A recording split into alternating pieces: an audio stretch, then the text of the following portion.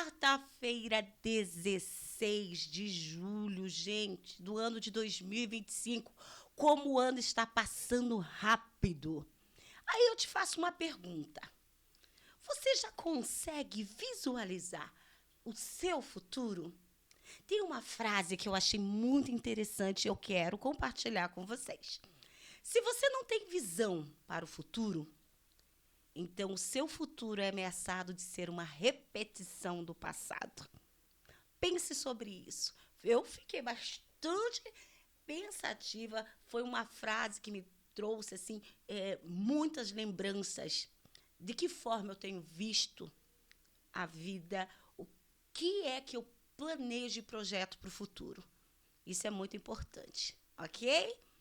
E o programa de hoje é para lá de especial. Além de ser um homem muito bonito por fora, é topíssimo por dentro. Ai, Adri, qual que é a diferença de bonito por fora, topíssimo por dentro? Nós estamos acostumados a encontrar muitos rostos. Muitos rostos. Um mais lindo que o outro, outros não tão bonitos assim. E, às vezes, a gente encontra pessoas que são lindos aos nossos olhos. Mas quando você conhece, tem um pouco mais de intimidade, você acaba percebendo que o interior não é tão bonito assim. Mas que não é o caso desse médico fantástico que está conosco nessa tarde. Aí o senhor pode falar, começou de tietagem essa mulher? Já começou o programa de tietagem? Não, doutor. É uma grande verdade. Quem me conhece sabe que eu não sou disso. E eu tenho uma grande alegria de poder receber nessa tarde o doutor Lucas Meyer no programa Quero Mais Saúde. Boa tarde, doutor. Boa tarde. É uma honra poder participar desse momento aí. A gente se conheceu de uma maneira bem inusitada, né? Era para ser. Não, são os desafios que a vida traz para a gente. E participar e poder falar desse tema que para mim é tão importante, que é a minha energia diária aí de sempre me aprimorar para fornecer o melhor para o paciente, é uma oportunidade incrível. Então, muito obrigado a todos. Muito bem. Com um currículo maravilhoso. Médico graduado pela Faculdade Pequeno Príncipe, médico residente de oftalmologia do Hospital Universitário do Cajuru, médico regulador do SAMU aqui em Curitiba. Eu estou vendo aqui muitas qualificações, mas a minha pergunta inicial é: quem é o Lucas Meyer? Pergunta muito boa, né? Eu acho que essa pergunta ela é bem ampla, mas eu vou ser bem sintético. Eu sou a pessoa autêntica que está disposta a enfrentar e a lutar por aquilo que acredita. Eu vim do interior do estado há mais de 10 anos, construí uma vida aqui, vínculos de relações, e hoje não me vejo fora dessa região, depois de tudo de experiência que eu tive, de tudo que eu consegui aprender aqui. Então, o Lucas é essa pessoa autêntica. Doutor, você falou que é da região do interior do Paraná, de Toledo, é isso? Isso, aham. Muito bem. O que te motivou a escolher a sua atual profissão? Essa é uma pergunta que muita gente me faz e eu não tenho muitas respostas, porque desde que eu me lembro, eu sempre quis ser médico. Na minha família nunca teve ninguém nem perto da área da saúde e eu nunca tive dúvida disso, desde quando eu era muito pequeno, né? E era a única coisa que vinha na minha cabeça. Era isso que você queria e pronto. É como se fosse, sabe quando você vai, levanta, acorda de manhã e vai escovar seus dentes? É um hábito, uma certeza. Sim. Para mim era a certeza que eu ia ser médico, nunca teve dúvida. Muito bem, muito bem. Atualmente o senhor está trabalhando onde? Então hoje, né, como comentado, eu sou médico regulador do complexo do SAMU, daqui da regional de Curitiba, e médico residente do Hospital Cajuru. Eu já me formei já há alguns anos, comecei outras residências, que o programa de residência médica é o programa de especialização. E aí acabei não me encontrando muito e foi quando eu, de repente, por ironia do destino, que nem a gente se conheceu, eu conheci a oftalmologia e falei, é isso que eu quero para minha vida. Desde então, estou nela. Muito bem. Doutor, eu tenho um problema, já está para ver esse óculos aqui. Dá uma passada depois lá no consultório. Vou com a maior alegria. Nossa, acho que eu vou. Pensa, doutor, vou lá. E o Instituto vai me dar óculos. Perfeito, porque eu perdi meu outro óculos da armação da Ralph Lauren. Eu tô doida com isso. Porque não é uma armação muito baratinha, mas eu já estou feliz com o presente, doutor. Esse aqui eu não gosto muito. Mas, doutor, quando a gente fala de saúde ocular, é assim que a gente deve falar? Saúde dos olhos, saúde ocular, as duas formas estão corretas? Sim. Uhum. Certo. É fundamental a gente entender como é o nosso olho. Porque nós sabemos que nós temos aqui o globo ocular, nós sabemos que ele é composto por íris e um monte de outras coisas. E já tem pergunta aqui. O nosso olho é composto de quantas partes, de quantos órgãos? O olho é um órgão. Cada pergunta aqui que eu vou filtrar para passar para o senhor. Mas acho que essa é interessante. Quais são as repartições dos nossos olhos? Repartições, quais são os nomes dados? Íris, globo ocular, como?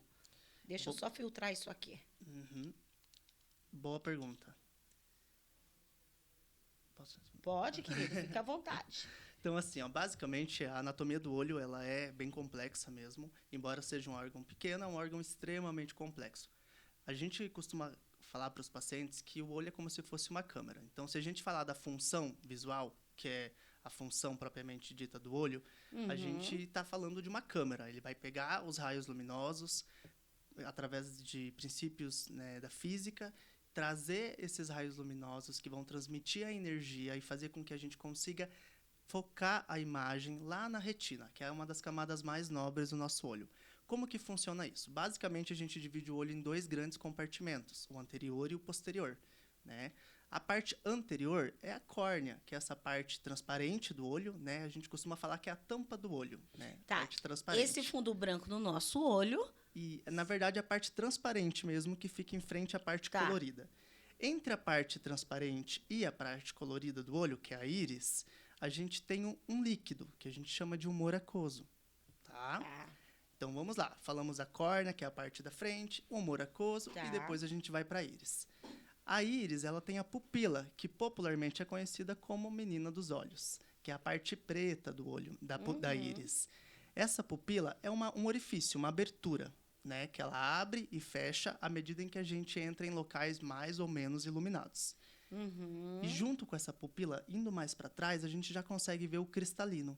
O cristalino é a lente natural que a gente tem no olho. A córnea também, que está na frente, ajuda nessa parte da refração do olho, mas o cristalino é essa lente intraocular que a gente já nasce com ela. E com o tempo, ela vai envelhecendo, vai opacificando e formando a catarata. Então, todo mundo vai ter catarata, né? Isso é a pergunta mais comum que a gente tem no consultório. Eu já tenho aqui também. Exatamente. Todos vão ter catarata, porque a catarata ela é um processo, na maioria das vezes, senil. É um processo que vem da opacificação gradativa à medida em que a gente envelhece. Independente se você é branco ou negro, porque já se ouviu falar, inclusive é uma pessoa negra que fez a pergunta, que se é verdade que a catarata se desenvolve geralmente em pessoas que têm hipertensão, né? E que seja negro. Eu não. Na verdade, assim, a gente tem vários tipos de catarata, né? Então, tem alguns subtipos que, aparentemente, através de estudos epidemiológicos, são mais comuns numa dada população e outros não. Mas, de forma geral, com a exposição que a gente tem de poluição, de luminosidade, uso de alguns medicamentos, meio que fica misturado. Então, o paciente ele chega com uma catarata que pode ser de vários tipos. E aí, a gente vai tendo que avaliar em qual posição, como que é essa catarata, para a gente explicar para o paciente na hora que ele está com a gente no consultório. Então, quando a gente fala, pessoas brancas, pessoas negras, isso não é necessariamente um fator de risco, vamos supor, tá? Do ponto de vista biológico. Porque a catarata ela é um processo senil. Né? E aí a gente tem vários tipos, vários fatores de riscos associados. Uns vão ter mais cedo, outros vão ter mais tarde. Doutor, mas eu tenho uma vizinha que ela teve muito cedo. E eu tenho um vizinho que não tem, ele tem 90 anos e não tem ainda. Fator genético, né? Hoje em dia, na medicina, a gente usa muito um termo chamado epigenética, que é a influência do ambiente na genética do paciente. Então, a gente tem esses dois grandes pilares que podem repercutir em várias doenças do corpo, como, por exemplo, a catarata. Muito bem, doutor. já aviso que o nosso povo é muito curioso. À E você que vontade. está nos assistindo, você pode estar acessando esse programa também pelos canais da Rádio Paraná. E é muito interessante, doutor, porque já está bombando aqui o YouTube.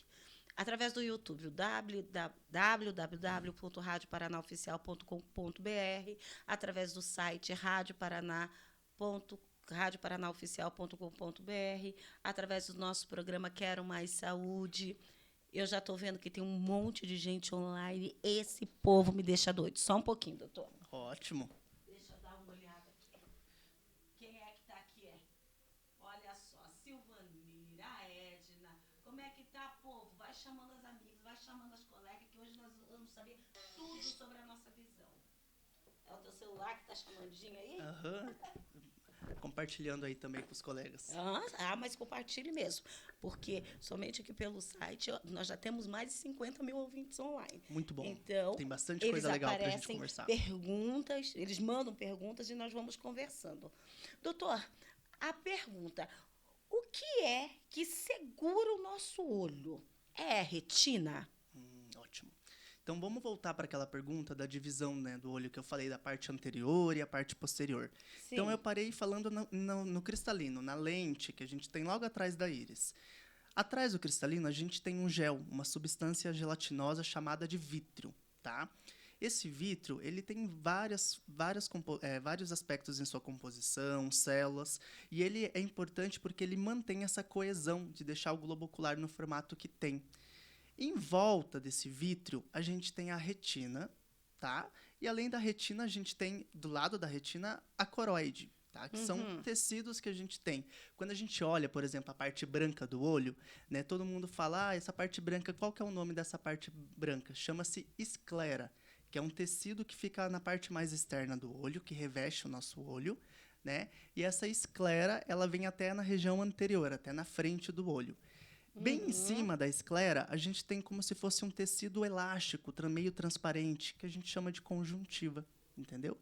Então, por isso que às vezes, quando você vai no oftalmo fala, você está com um pouquinho de inflamação na conjuntiva, conjuntivite, né? Então, essa é a anatomia basicamente geral. O que mantém o olho do jeito que ele é através, então, de uma musculatura que a gente tem em volta do olho, que é como se fosse um fantoche o olho, daí ele está cheio de barbantinhos que seguram ele, junto com ligamentos, tendões, né? E também a gente não pode deixar de esquecer as próprias componentes intraoculares que mantêm o olho na coesão que ele tem.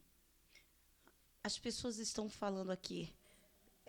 Bom, meu diretor já foi ali do ladinho. Puxa, Adri, poderia estar mostrando tudo isso para a gente. Então, eu quero te dizer, Leocádia, que nós vamos dar um jeito, se for o caso. Nós trazemos o Dr. Lucas um outro momento.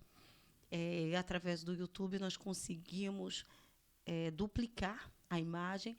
Então, ele pode estar numa próxima entrevista com o notebook, mostrando para vocês o que é, como funciona, né? Se ele tiver um tempinho na agenda dele, vai ser um prazer.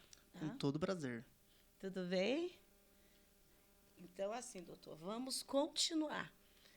Ele é muito esperto, realmente é um médico de respeito. Adri, pergunte quais são as experiências deles, a experiência dele com cirurgias de catarata e correção de grau. Perfeito, né? Então, eu sou residente do 2º ano, né, do Hospital Cajuru. Eu ainda não cheguei na parte de operar a cirurgia de catarata, que é uma habilidade do residente de oftalmologia do 3º ano, na maioria dos programas. E a cirurgia refrativa, ela também tende a vir, mas ela é mais comum em pacientes que fazem uma subespecialidade. Isso é uma das coisas mais importantes para eu esclarecer. Tá. A oftalmo é como se fosse a cirurgia geral, ou a clínica médica. O médico termina a faculdade de medicina, faz os 3 anos de oftalmo. Terminou os 3 anos de oftalmo, ele é oftalmologista geral. E ele pode fazer uma subespecialidade. Então, ele pode fazer... Pode olhar para cá, porque é aqui que Isso. estão te enxergando. É verdade. Então, ele pode fazer glaucoma, que é uma especialidade, pode fazer retina, catarata, cirurgia refrativa, né? Hoje em dia, esse ano está bombando de notícias interessantes sobre novas técnicas de cirurgia refrativa. Então, é algo muito bacana que está crescendo muito. E, consequentemente, cada vez mais a gente tem que se aperfeiçoar. Cada vez mais a gente tem que fazer as subespecialidades para conseguir trazer as melhores evidências médicas que a gente tem. Muito bem, muito bem. Doutor, outra pergunta. Nossa, que interessante. Ele acabou de dizer para vocês que ele ainda não fez nenhuma cirurgia. Estão querendo saber como que foi a cirurgia, qual que é essa experiência. E a pessoa comentou aqui, né, a Franciele, que ela não suporta, se ela vê alguém mexendo no olho, automaticamente ela começa a marejar os olhos dela. Isso é psicológico ou pode ser algum problema no olho? Bem boa pergunta, né? A única cirurgia que eu fiz, só voltando, é cirurgia de pterígio, que são as famosas carnes que a gente tem no olho, e cirurgias de pequenas lesões, né? De pálpebra, essas coisas. Que Assim, carne é essa? aquelas carnezinhas que crescem vermelhinha no olho, sabe? Que às vezes... Essas aqui dos cantinhos? Isso, mas você não tem, mas é muito comum. Sol, principalmente exposição solar, é um fator de risco altíssimo, né? É muito comum com populações que trabalham em área rural, sabe? Que se expõem desde a infância ao sol, isso acelera muito a formação. É como se fosse um tecido doente que cresceu. Daí a gente tira esse tecido. Parecendo uma verruguinha assim? Isso, exatamente. Daí ele pode ir crescendo até pegar a frente do olho, né? Isso pode acontecer mesmo. Mas voltando no que ela... Pode continuar, doutor. Posso? Fique à vontade, fique à vontade. Aqui é um bate-papo, onde você fala assim, Adri, vou completar com isso, muito tranquilo, porque eles não param de perguntar. Então, eu estou aqui conversando com você e interagindo com eles ao mesmo tempo. Tranquilo, à vontade. Mas, assim, a gente tem várias outras cirurgias dentro da oftalmo, que não é somente a catarata, não é somente a cirurgia refrativa, cirurgia de retina também, que é muito comum, né? Cada vez mais a gente tem tido pacientes com história de descolamento de retina, que até está muito comum na mídia aí mostrando. E, claro, né, a parte de glaucoma também, que o glaucoma é uma doença que está aumentando muito a prevalência, tanto no Brasil quanto no mundo.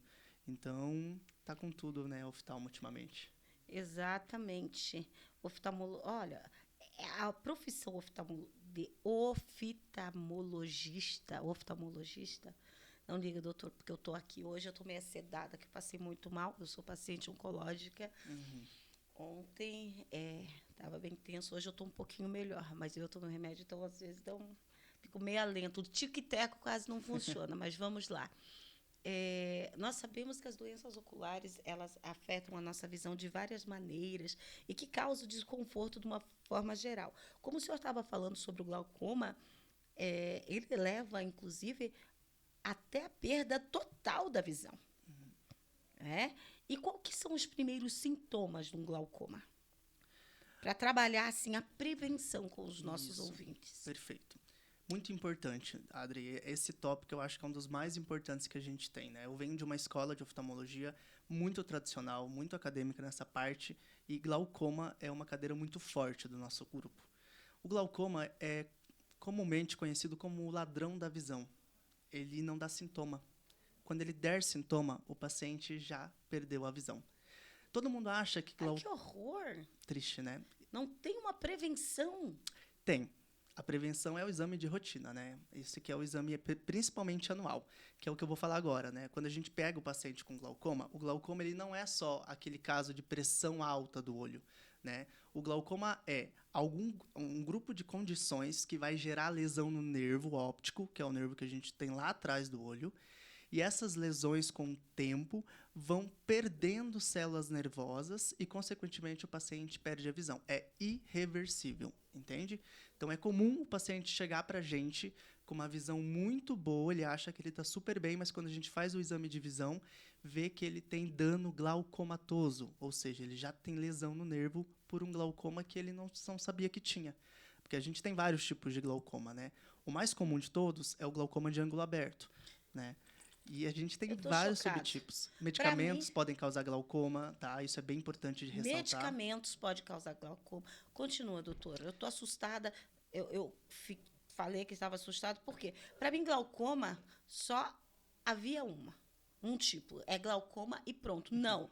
Existe o glaucoma, existe as suas...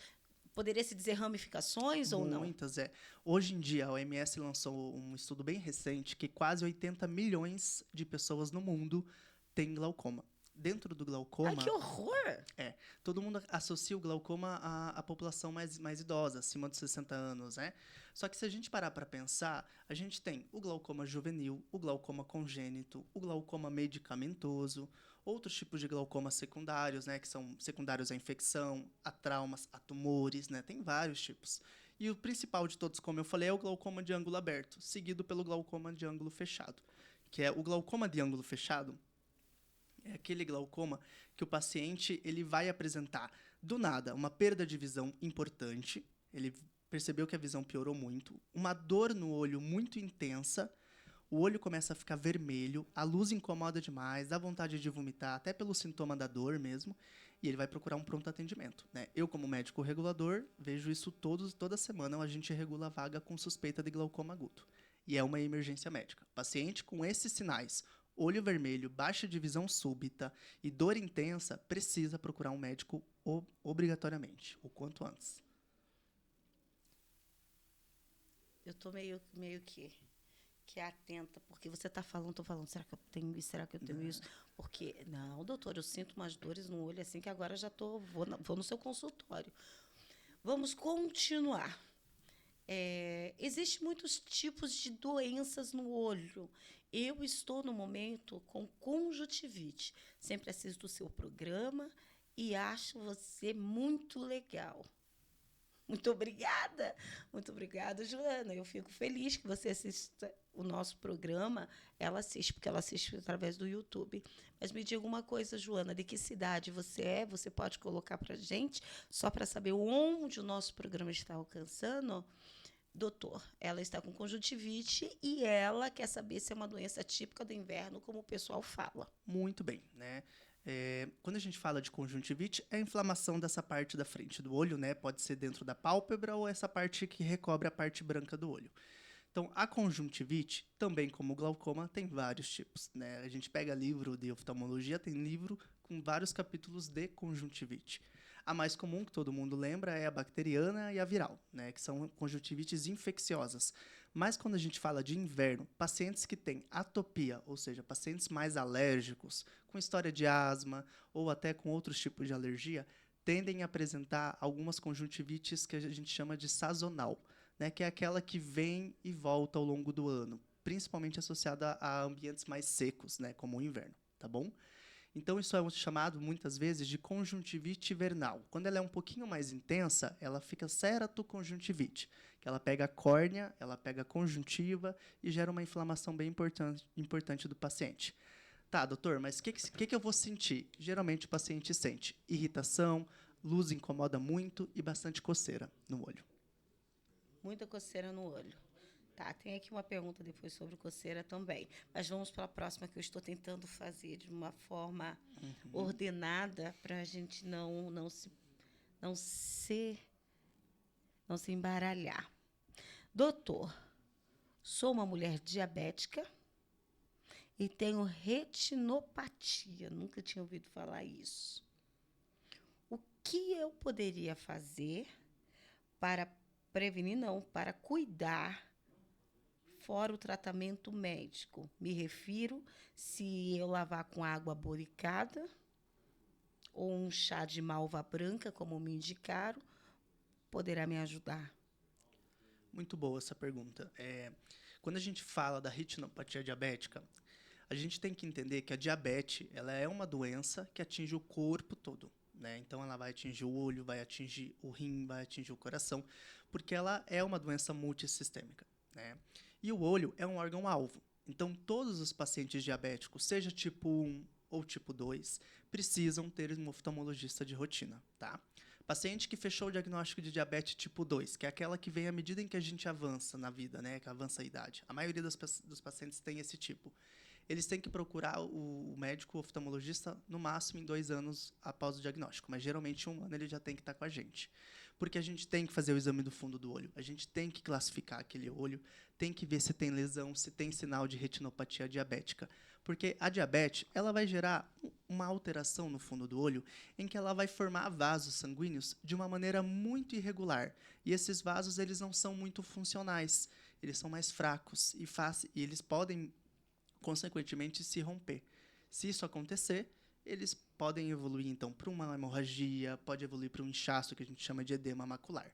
Então, como a ouvinte comentou, não adianta muito esse cuidado com a superfície na frente do olho. Claro que pacientes que têm diabetes podem ter mais olho seco, que é uma outra doença que está muito em alta hoje em dia. Olho seco. Isso. E é uma outra doença extremamente complexa que está muito em alta dentro da literatura médica e também na população em geral. Assim que o senhor terminar aí, vamos falar sobre isso? Viu só? É bom, eu estou aprendendo, doutor. Eu estou comendo cada palavra que você está falando. Que coisa boa. É bom. Sempre bom, né? A gente aprender. Sim. Então, quando a gente fala da retinopatia diabética, a minha dica é, primeiro de tudo, cuide do seu diabetes com um médico que te acompanha. Esse é o principal cuidado que você tem que ter. E segundo, procure o médico oftalmologista para a gente definir qual é o seu estágio, né? Se está um estágio inicial, se está um estágio avançado, para que não ocorra uma progressão da doença se tiver em estágio inicial ou até em estados mais moderados. Essa situação do chazinho de malva branca, já vou perguntar. Porque eu sou uma pessoa que sou adepta a todo tipo de tratamento, principalmente se ele for natural. E tem, sim, a lenda, que não é lenda, na verdade já foi provado, né, cientificamente, que a malva branca ela é um antibiótico adstringente, eu acho que é isso. Né? Uhum. E tem muitas pessoas que fazem um remedinho caseiro em casa, não resolve, e continua no remedinho caseiro e não procura um oftalmologista. Olha, eu vou ser bem sincero. Com o olho a gente não se brinca, né? Até assim, os médicos gerais que fazem só a faculdade de medicina, a maioria não tem conhecimento quase nenhum de oftalmologia, porque é uma área muito específica, é um mundo à parte. Tá? Isso falando do ponto de vista profissional, estou falando de médicos que já não têm muito conhecimento da área da oftalmologia, claro que eu estou generalizando para a gente ter um panorama mais universal. Mas o que eu orientaria de cuidado em casa?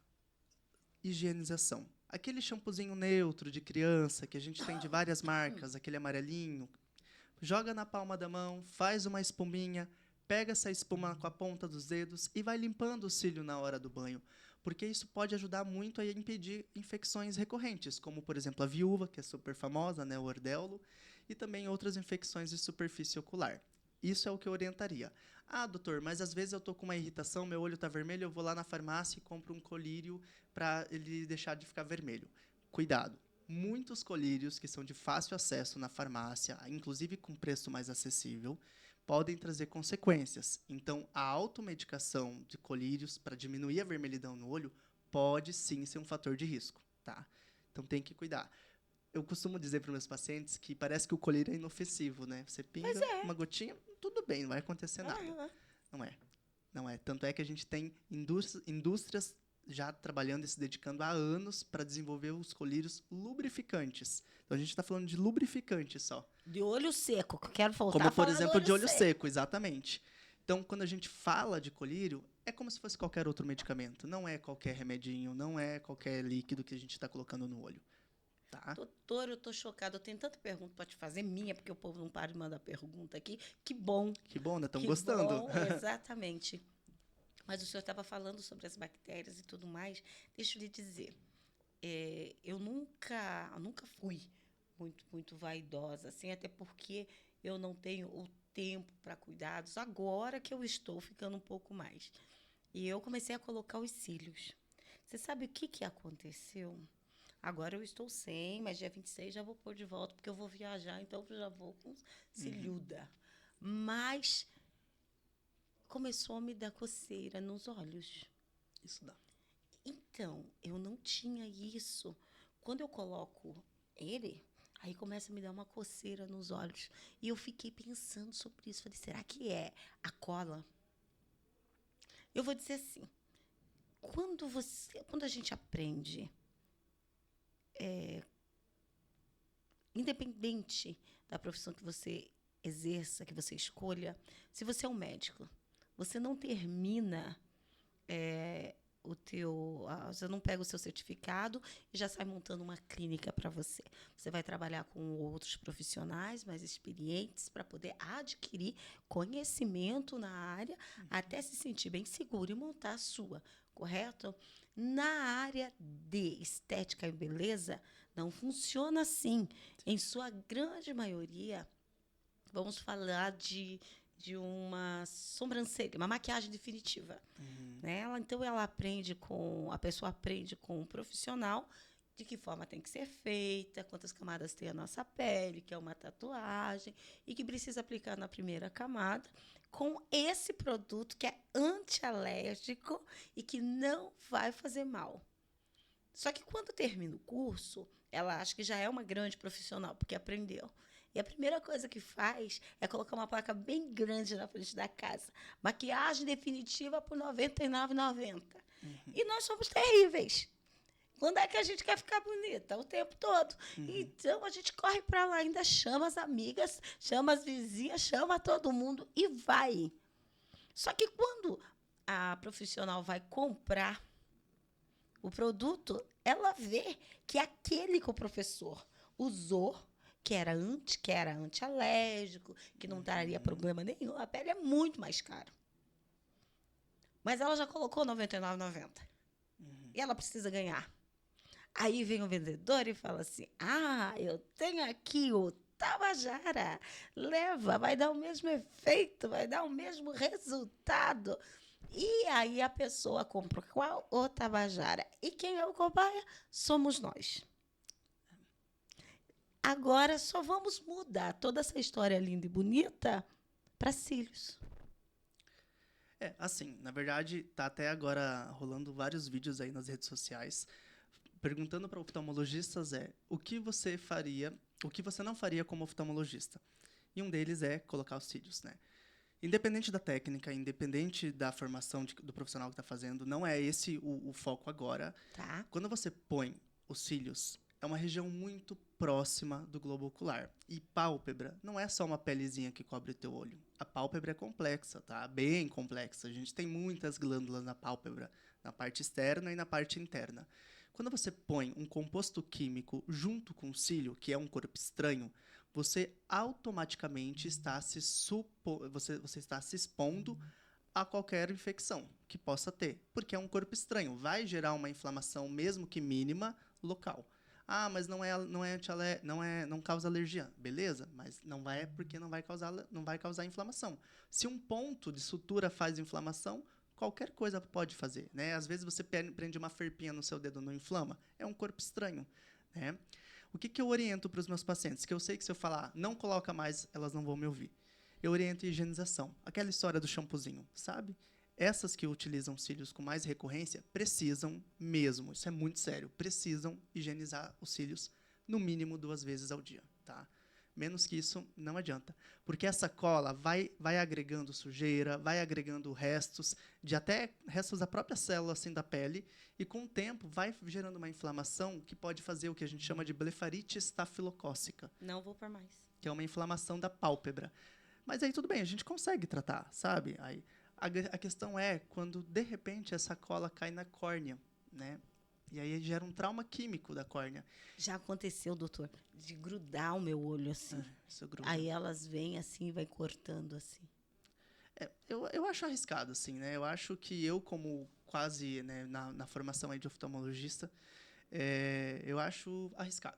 Não recomendaria, assim, né? Igual eu falei, eu não estou questionando a competência delas, muito menos a formação. Mas que é um fator de risco para o olho, que é o órgão que eu me formo para estudar, é um fator de risco.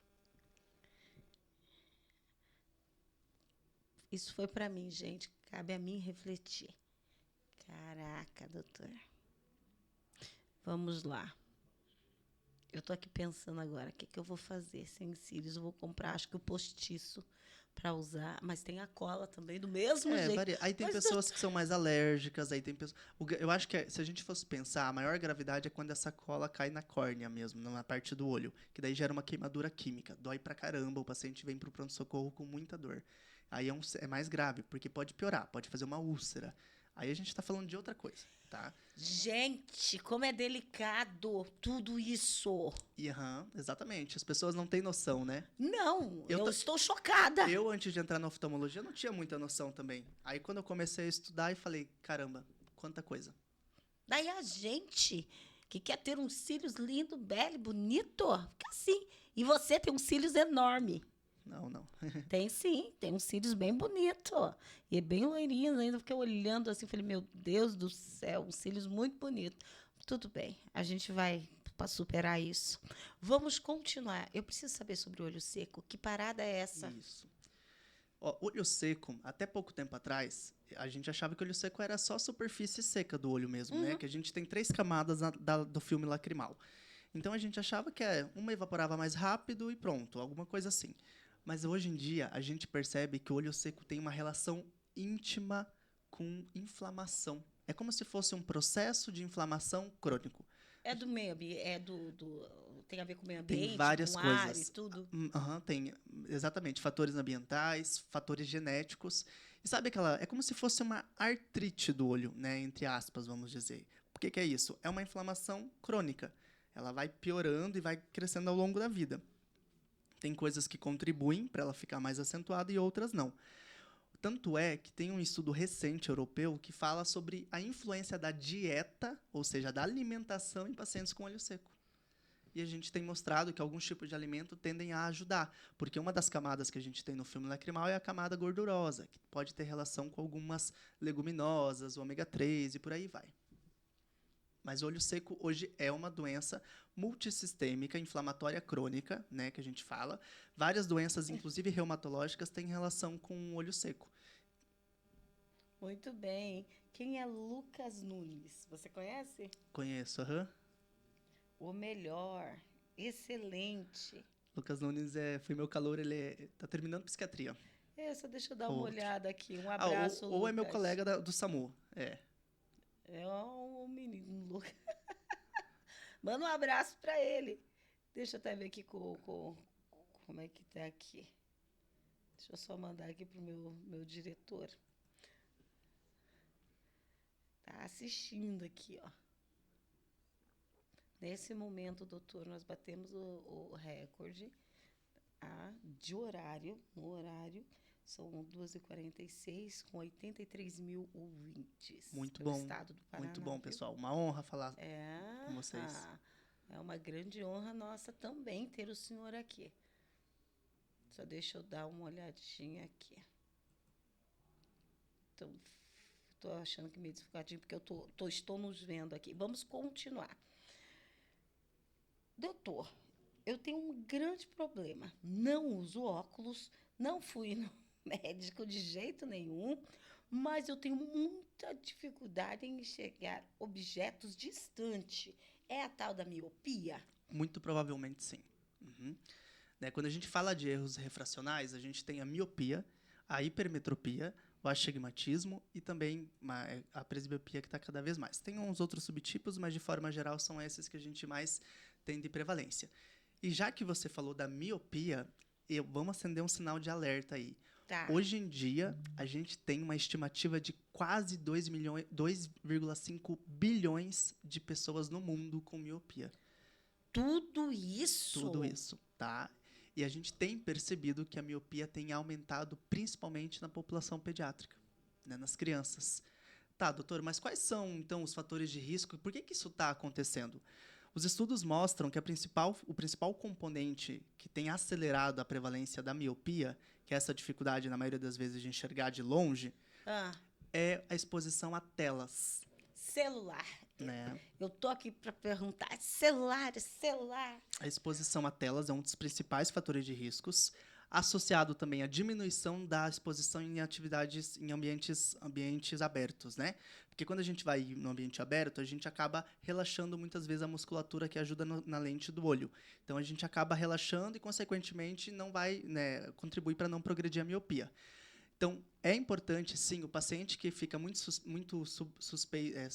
sujeito a telas, ele tirar uns 20 minutinhos para sair em um ambiente ar livre, para relaxar a visão. A gente costuma falar isso. Lembra daquela história? Vai para a praia e olha para o horizonte? Sim. É tipo isso, entendeu? No meu caso, prefiro um verde. Mas tudo bem. Exatamente. E juntando tudo a isso, a gente tem notado também que alguns fatores genéticos, talvez até uma influência da alimentação, pode estar mexendo aí com o aumento da prevalência da miopia. Ainda a gente não tem estudos que definem mesmo a evidência disso, mas que aumentou muito aumentou muito. Isso vai aumentar ainda mais em 2050, tá? Prestem atenção, ouvintes da Rádio Paraná Oficial. Atenção, mamãe. Atenção, papai, vovó, vovô, titio, titia. É sério isso. É muito sério. Antigamente, nós não víamos tantas crianças usando óculos como nós vemos hoje, sabe? E o pior que quando a gente percebe que a culpa é nossa. Porque criança, lógico que ele vai pedir. Eu pedia videogame para minha mãe o tempo todo, é lógico que hoje as crianças vão pedir um celular. Mas cabe a nós, né? Não digo não dar, mas limitar o uso. Eu acho que é uma questão de educar mesmo. Vamos lá. Doutor, tenho dificuldade em enxergar objetos próximos. O que poderia ser? Ouvi falar numa tal de hipermetropia. Isso, muito bom. Hipermetropia é um outro erro refracional, né? Que tá muito. A gente tem várias classificações da hipermetropia, mas basicamente é quando o nosso olho ele é um pouquinho menor, né? E aí a gente acaba tendo que fazer o foco da visão um pouquinho fora da onde deveria ser, ou seja, não é na retina. Então o paciente vai ter dificuldade para objetos de perto mesmo. Né? Essa dificuldade pode se acentuar. Mas também, pacientes que têm astigmatismo, que é quando a frente do olho, na córnea, é tudo irregular, ele pode ter uma dificuldade de ver contraste, de ver cor, tanto para perto quanto para longe. Tá? Então, às vezes, não é só um erro refracional que o paciente tem, não é só hipermetropia, por exemplo. Né? Às vezes, ele tem uma hipermetropia e um astigmatismo. Tá? E, além disso, geralmente a gente tem, a partir da quarta, quinta década de vida, uma condição chamada presbiopia. O que é isso? O olho, ele vai... A musculatura que é responsável, né, por contrair e relaxar as fibras do cristalino, né, que sustentam o cristalino, elas vão perdendo a força e, com o tempo, vai perdendo a capacidade de converger a imagem. Né? A gente olha e não consegue ver com nitidez objetos próximos. E a gente tem que fazer a adição, que muitas vezes acaba repercutindo naqueles óculos bifocais, multifocais e por aí vai. Acho que é o meu caso. Mas todo mundo, que nem catarata, todo mundo vai passar pela presbiopia. Faz parte do processo do envelhecimento, que por sinal é lindo, né? Envelhecer é uma das coisas mais lindas. É maravilhoso. Eu já falo que quero chegar aos 100. Aos 100 e aos 60 eu vou estar aprendendo a surfar. Faltam 10 anos. 10 anos para 60. Eu chego lá. Vamos lá. Doutor, o povo não quer saber de ir no médico. Querem perguntar tudo para você, Lucas. Doutor Lucas, mas vamos lá. Doutor, a minha visão é meio embaçada. O que será que é? Eu observo muitas vezes que começa a sair água do meu olho. Muito bem. Queixa comum também, a gente está falando muito possivelmente, claro que não é só de forma geral, olhando Sim. aqui, provavelmente é um olho seco, tá? Imagina só que você tem uma janela e essa janela ela não tá limpa, ela está acumulando sujeira, né? Por quê? Por vários fatores. Está muito quente, você lavou, só que já evaporou toda a água. Isso faz com que o olho, ele não tenha, a córnea, ela não tenha essa capacidade de ficar nítida, transparente do jeito que deveria, né? Que é o que acontece quando a gente acorda. Quando a gente acorda, não está meio embaçada a visão? Por quê? Porque essa córnea inchou. Essa parte da frente do olho está inchada, então ela fica mais opaca, né? Não fica tão transparente. A mesma coisa acontece quando a gente tem um olho mais seco. A falta de lubrificação na superfície ocular gera, muitas vezes, esse sintoma. Nossa, eu estou vendo um pouco embaçado, mas meu olho não é seco. Sai um monte de lágrima do meu olho, doutor. Inclusive, por isso que está saindo um monte de lágrima. Dentro da inervação que a gente traz da superfície ocular, a gente tem uma inervação que é autônoma reflexa, ou seja, ela não depende da nossa vontade. E essa inervação faz aumentar a parte da produção da lágrima justamente para tentar lubrificar aquilo que não está lubrificado. Eu vou pular. Muito boa resposta, doutor. Eu vou pular algumas aqui, porque eu olhei abaixo e tem um senhor aqui, Geraldo. Ele colocou assim: durmo bastante, só que o dia inteiro meu olho sai água. Muito bom. Então, seu Geraldo, vale muito a pena, sim. Não sei se o senhor já passou no oftalmo. Vale a pena você procurar um oftalmologista para a gente ver se pode realmente ser um olho seco, a gente faz alguns testes na lâmpada de fenda, naquele microscópio que a gente põe o queixo e a testa, ou se pode ser algum erro refracional, tá? Uma coisa bem comum que a gente pega, Adri, no consultório, é o paciente que vem com dor de cabeça. Ele acha que é óculos, muitas vezes. Mas é muito importante eu frisar aqui para todos que, em geral, a dor de cabeça relacionada à dificuldade de visão, ela não é aquela dor de cabeça que vem de manhã, quando você acorda. Né? Ela geralmente vem no final do dia, depois de você ter exposto o seu olho à tela ou a qualquer coisa durante muito tempo, né? Então, geralmente, ela vem no final do dia e ela não é incapacitante, ela não é intensa, ela é incômoda, né? Ela vai incomodar, às vezes um pouco mais, às vezes um pouco menos. Mas, geralmente, ela tem esse comportamento de ser vespertina, né? E aí você pode acender um sinal lá, peraí, eu acho que talvez seja um problema visual, né? Não tá me fazendo bem, eu tô com dor de cabeça, e principalmente à noite, por aí vai. Entendi, doutor. Você percebeu que eu uso óculos só realmente quando eu não consigo enxergar, mas eu forço porque eu não quero usar óculos. Então você já imagina, né? E também tenho medo de lente de contato, porque eu acho que se não for bem colocado, pode ser um mal lascado. Já fale sobre isso, doutor. É a minha Perfeito. pergunta, povo, que eu também quero perguntar. Muito bom. Eu sou usuário de lente de contato, né? Você usa lente? Uso ou óculos, né? No dia que a gente se Uhum. conheceu, eu estava de óculos. Sim. Lente de contato não é fácil, não é para todo mundo. A gente costuma falar que lente de contato não é para quem quer, é para quem pode. Por quê? Porque lente de contato tem que ter cuidado, gente. Lente de contato, você tem que higienizar a tua mão antes de pôr, tem que colocar ela no recipiente certo, não pode guardar em soro fisiológico. Lente de contato, em média, de 4 a 6 horas no máximo de uso. Mais do que isso, vai gerando fator de risco. Por quê? Você colocou uma lente no teu olho e nessa lente pode crescer bactéria, pode crescer fungo. A gente tem uma condição clínica na oftalmo que é muito grave, que é uma lesão da córnea por um protozoário chamado Acanthamoeba. Isso aí é bem grave mesmo. É tudo que a gente menos quer na oftalmologia, porque o tratamento é longo e difícil muitas vezes. E por que que isso acontece? Paciente que não usou a lente corretamente, sabe? Guardou no recipiente errado, dormiu com a lente, tomou banho com a lente, lavou a lente com água de torneira. Não pode. Uma das perguntas é essa, que ele usa lente de contato e ele acabou dormindo com a lente de contato e ele percebeu que já não está mais a mesma coisa. É sério isso, porque a lente de contato ela fica na frente do olho, né? Então, ele bloqueia, de certa forma, o fluxo do metabolismo da córnea, que é essa camada O bom transparente. funcionamento do olho. Isso, bom funcionamento do olho. E, consequentemente, pode ter algumas consequências aí, né? Algumas coisas que podem ser ruins, inclusive. Então, não pode, de jeito nenhum, dormir com lente de contato, tá? É bem comum isso, a gente atende muito no pronto-socorro pacientes com alguma lesão da lente de contato ou que está usando a lente de contato por mais tempo. A gente tem vários tipos de lente de contato. Tem as gelatinosas, né? E também tem as rígidas. Também tem umas outras que a gente chama de esclerais e por aí vai. Mas todas essas lentes, elas precisam de adaptação. Não é coloquei uma vez e pronto. Ah, mas para mim foi assim. Eu fui no shopping, comprei a lente de contato e pronto, já me adaptei. Que bom, que bom.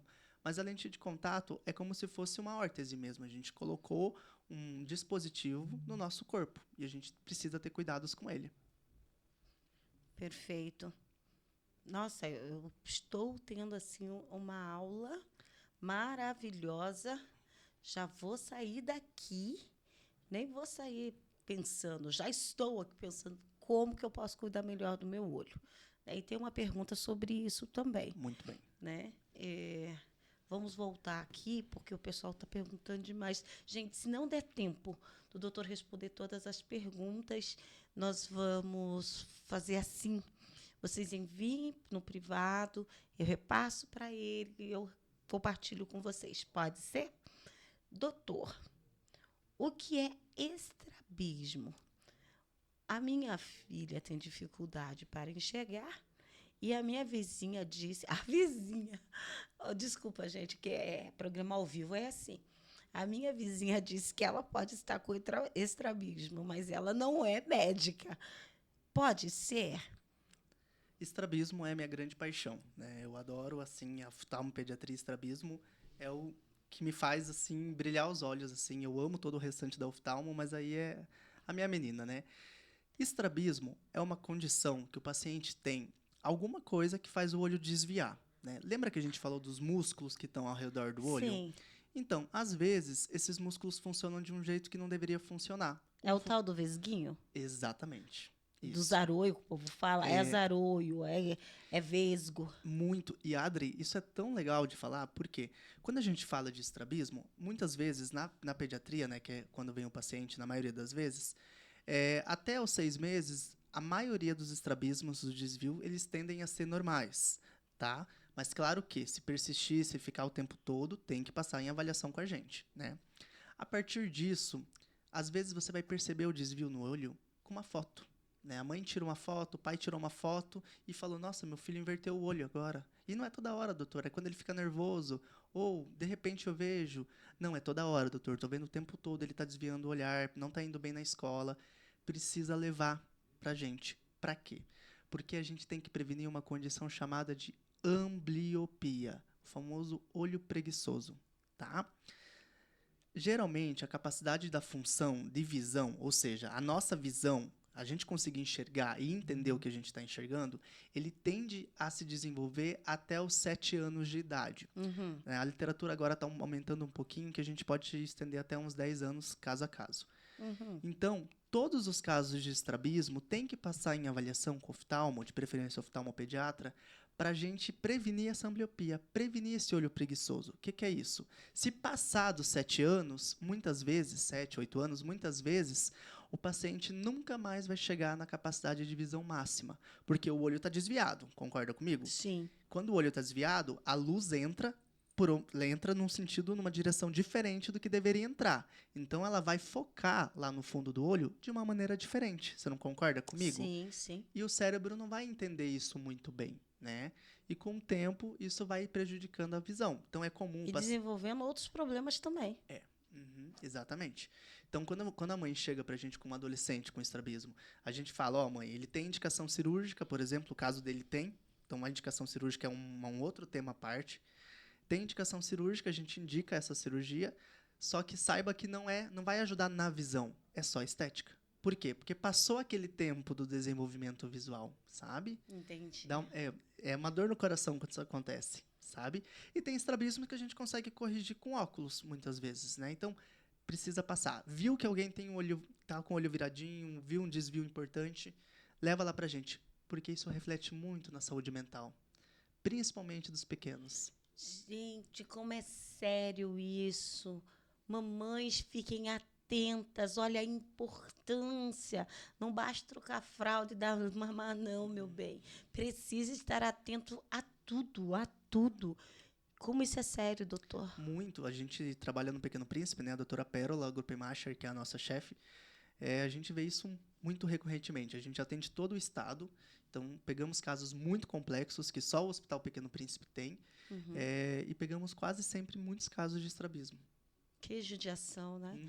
Aí a criança cresce, às vezes, assim, por um descuido da mãe e do pai. Antigamente, eu acho que dava para relevar um pouco mais, porque não havia tantas informações sobre. Né?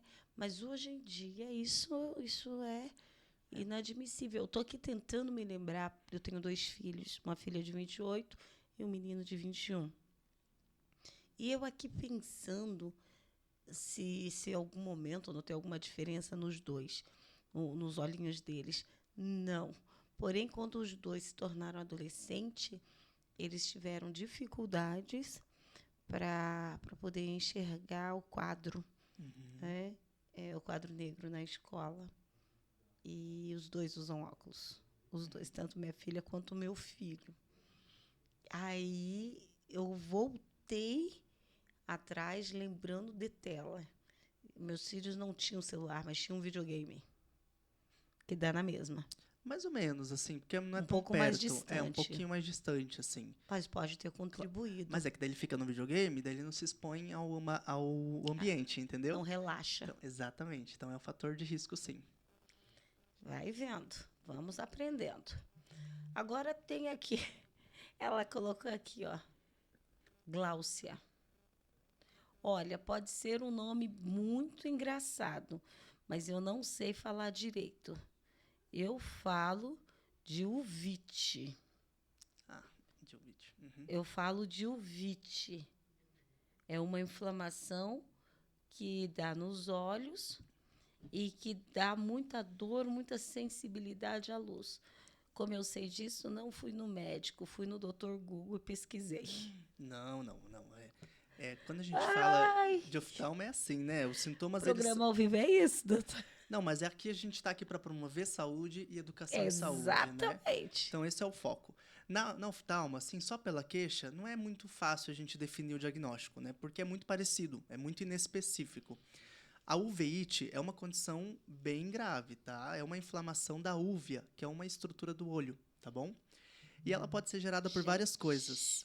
Várias coisas, entendeu? Então precisa ir com o médico para a gente avaliar no exame, ver se está realmente com uma uveit, definir o tratamento, tá bom? Porque pode gerar consequências bem graves.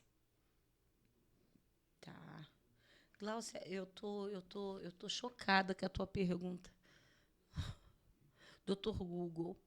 E o que mais me assusta é que a grande maioria das pessoas, antes de procurar um médico, procura o Dr. Google. Muito. Isso está se tornando muito comum, né? E não, eu não acho isso errado. Eu acho que a informação... Hoje em dia a gente recebe muita informação. E acho legal. A gente tem acesso à informação muito mais facilmente. Mas é difícil filtrar, né, essa informação. Sabe qual que é o problema? O problema é que procura o Dr. Google, depois vai lá e consulta o doutor Dipirona, doutor Ibuprofeno, e por aí vai. Doutora Novalgina, e por aí vai. Eu acho que a pesquisa, buscar informação não está errado, né?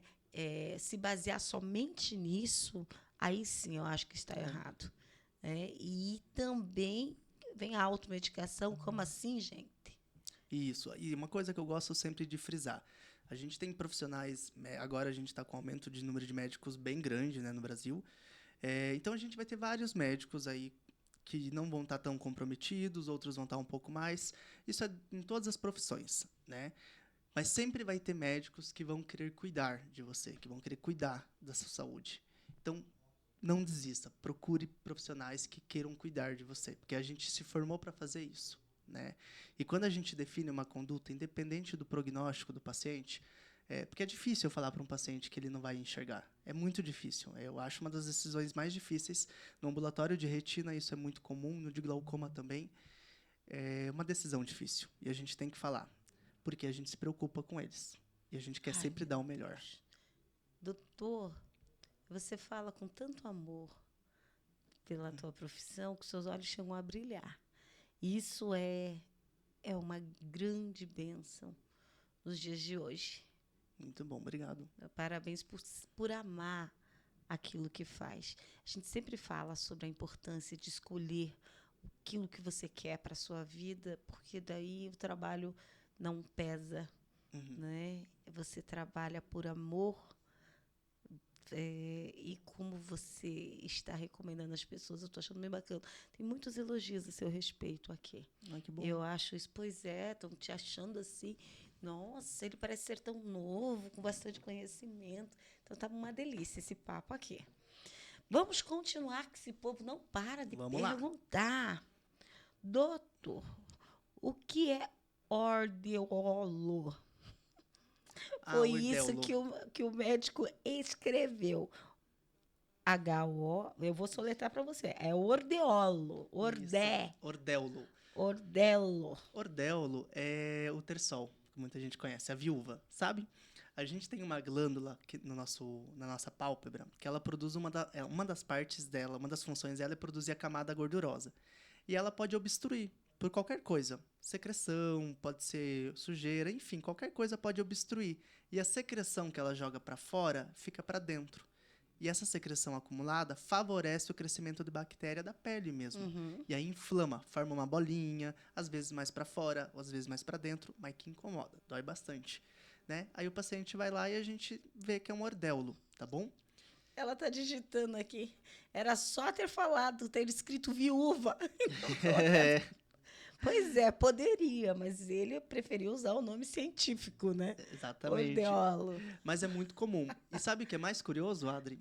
O tratamento padrão ouro para isso, né, que a gente fala, padrão ouro é um tratamento ótimo, assim, primeira linha.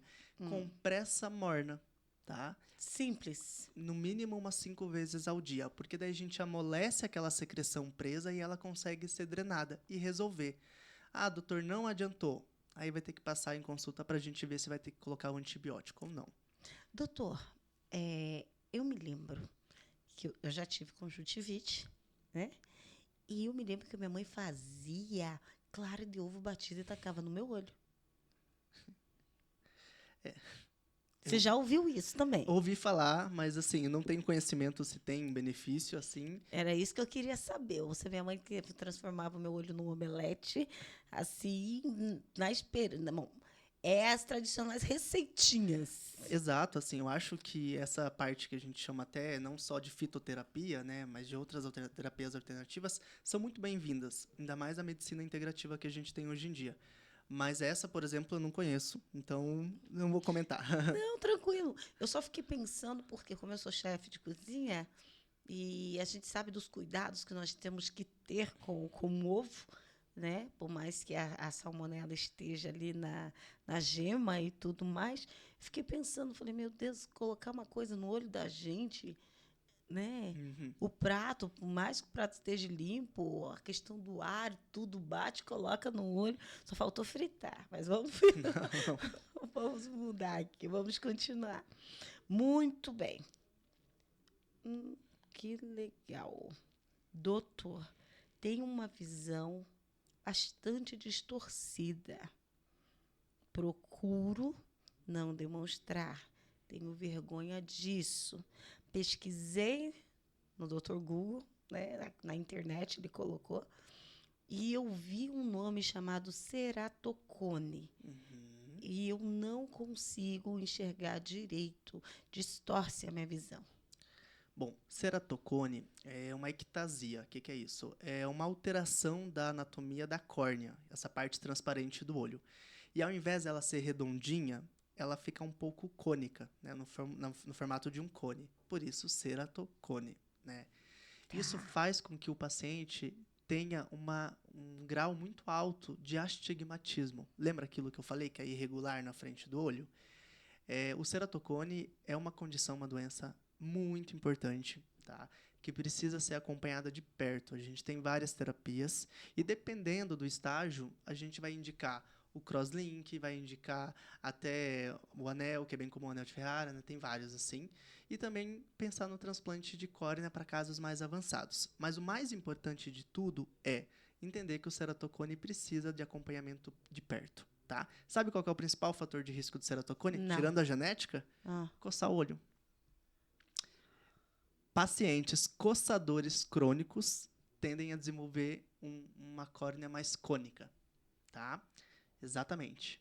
E recentemente a gente tem vários estudos, um estudo bem importante que analisou a deficiência de vitamina D na progressão do ceratocone. Sabe aquela vitamina que a gente tem que repor aqui em Curitiba mais ainda, né, porque não tem sol? Sim. Pacientes que têm baixa vitamina D muitas vezes necessitam de uma suplementação para diminuir a progressão do ceratocone. Eu tomo vitamina D3, B12, K2. Eu tomo um monte de vitamina. Estou entendendo, doutor. Agora tem um aqui que eu estou me segurando para não rir. Diga. Eu imagino qual seja o nome do filme. Então, eu tenho algo estranho no meu organismo e que está me causando alteração no olho. Eu procurei um médico e o médico disse que eu tenho uma doença, mas eu não lembro o nome da doença. Eu só me lembro que ele falou de um filme que tinha uma bola e que o nome da bola era doença. Para mim é Wilson. Doença de Wilson? A doença de Wilson é uma não doença... Não tinha bola do Wilson, náufrago? Pode ser. É isso que eu falei, meu Deus, o povo é criativo. Mas ele disse que o médico disse que ele tem a doença do filme. A doença de Wilson é uma doença genética, né? Na verdade, a gente acumula cobre no olho, né? E um dos fatores que a gente pode ter é um anel. Ele vai formar em volta da parte colorida um anel, que é um anel semiológico. A gente olha lá e consegue ver. É quase que patognomônico, ou seja, é quase que diagnóstico, sabe? Muito comum Gente, na quanta doença. coisa existe e a gente nem sequer imagina. Mudando a doença do filme aqui, doença do filme. O nome do filme é a doença que ele tinha. Só pode ser doença do Wilson. O náufrago, a bola.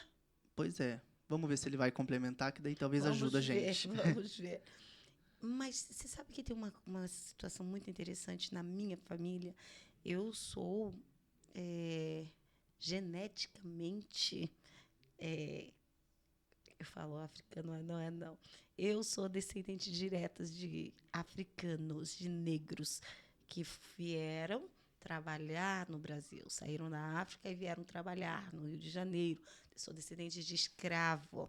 A minha bisavó nasceu e um ano depois teve a alforria. Né? A Princesa Isabel fez o ato lá, enfim. E tem uma coisa muito interessante na minha família. Os olhos são preto, normal, e depois ele vai ficando azul. Em volta do olho vai ficando azulado. A minha avó, as pessoas achavam que ela era cega. E é o olho dela. Ela enxergava bem. Isso a gente chama de halo senil, que é um anel que vai ficando mais azulado, né, esbranquiçado, ao redor da parte colorida do olho. Né? Tem pacientes que têm mais, outros que têm menos. Né? Basicamente relacionado a fator genético mesmo, né? Basicamente, a gente tem células de melanina, né, no estroma da íris, na parte colorida, que são responsáveis, então, por dar essa cor que a gente tem na íris, na parte colorida do olho. E essas células, elas vão entrando em processo de degeneração, elas vão morrendo. E aí o halo senil vai crescendo. Então dá a impressão de que o paciente fica com o olho esbranquiçado. Não chega a ser uma doença, é um achado. Entendeu? Que nem cabelo branco, é um achado. Cabelo branco, E que achado, que enquanto tiver tinta eu tô pintando. Então, assim, e hoje eu vejo os meus tios, irmãos da minha mãe, com os olhos, assim, já azulando mais tudo. Azulados, Claro que, né, como eu comentei, de forma geral é o halo senil, né, mas pode ter outras coisas. E com a velhice, quantos mais velhos, mais azulzinhos vão ficando os olhos. Uhum, exatamente. Que legal, que legal. Doutor, o que é doença de Lyme? Lyme, tá. É Lyme? Isso, a doença de Lyme é uma doença que ficou bem famosa há um tempinho e agora ela tá voltando, né? A doença de Lyme é a doença do carrapato, sabe? Ouviu falar? Que horror, É não. uma doença transmitida, né? O carrapato não é o causador, ele só transmite, né, o agente. E ela pode gerar muitas alterações, no olho inclusive, né? Principalmente no fundo do olho. Mas basicamente é uma doença que vai ter dor crônica, né? Muitas vezes. E essas dores podem aumentar ou diminuir conforme a fase da vida. É isso mesmo, o filme. É Sr. Wilson. Senhor Wilson. Isso, me lembrei. Obrigado, doutor. Tem que procurar o médico, hein? Essa doença precisa de acompanhamento com o hepatologista, médico que cuida do fígado, tá? E principalmente também com o oftalmologista. Aí não é somente o oftalmo. Você está entendendo a situação, gente?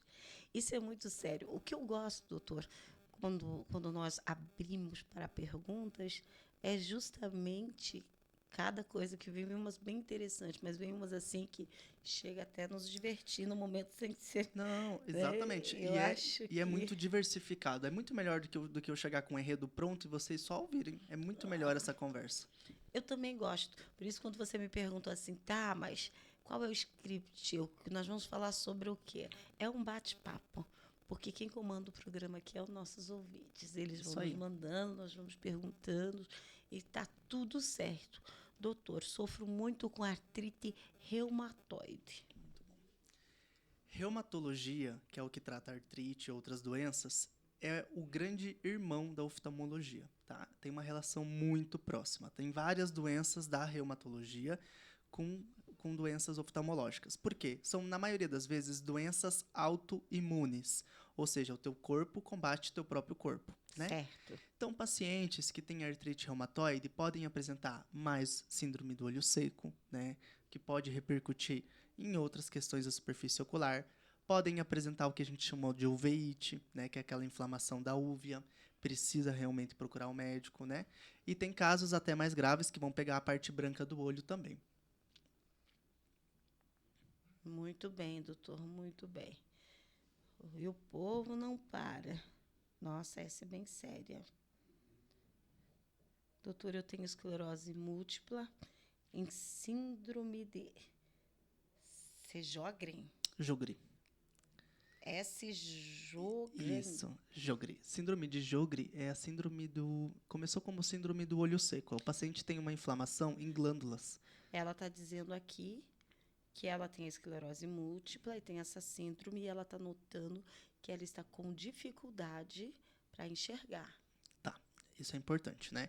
Então, Jogre, assim como na psiquiatria, quando a gente tem um transtorno, é mais fácil a gente desenvolver outro. Na neuro, na reumato, quando a gente tem uma doença autoimune, é mais fácil a gente ter uma outra doença autoimune, tá? Então, é um fator de risco.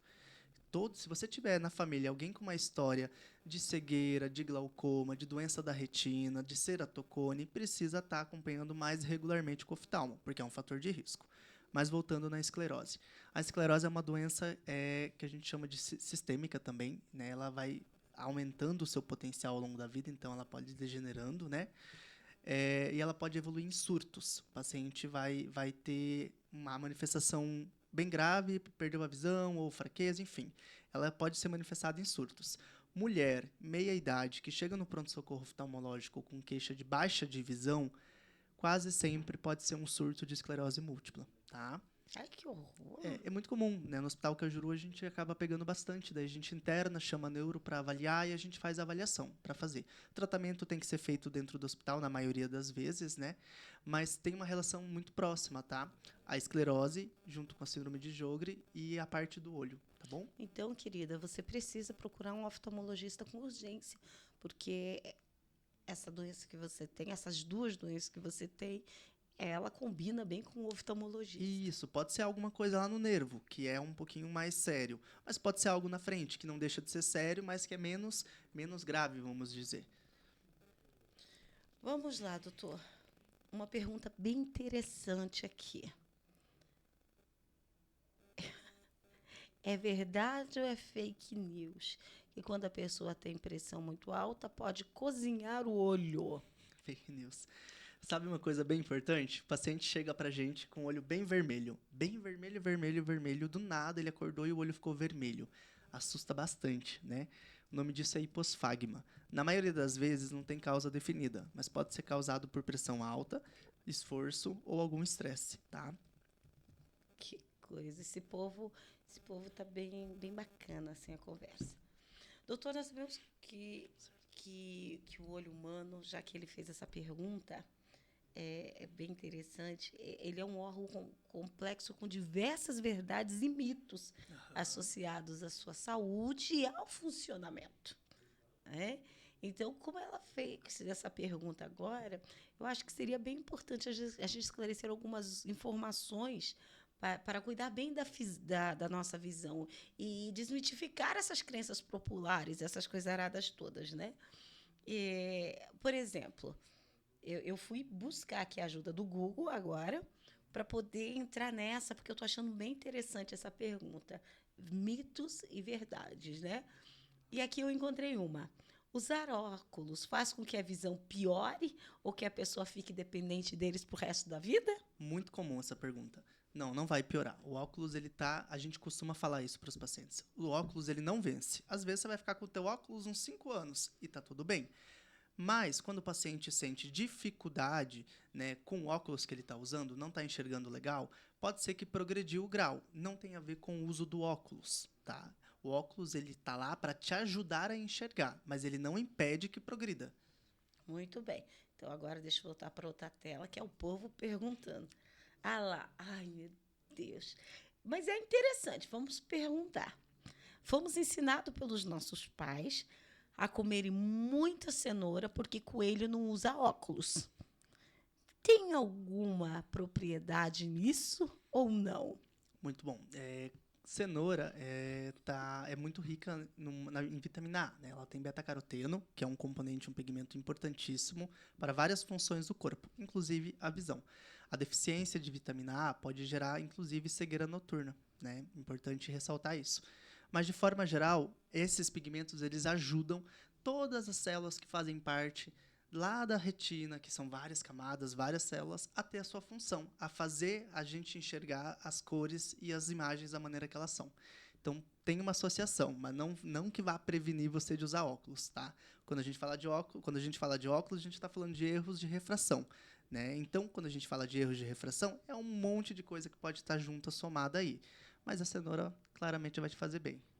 E lembrou a minha infância.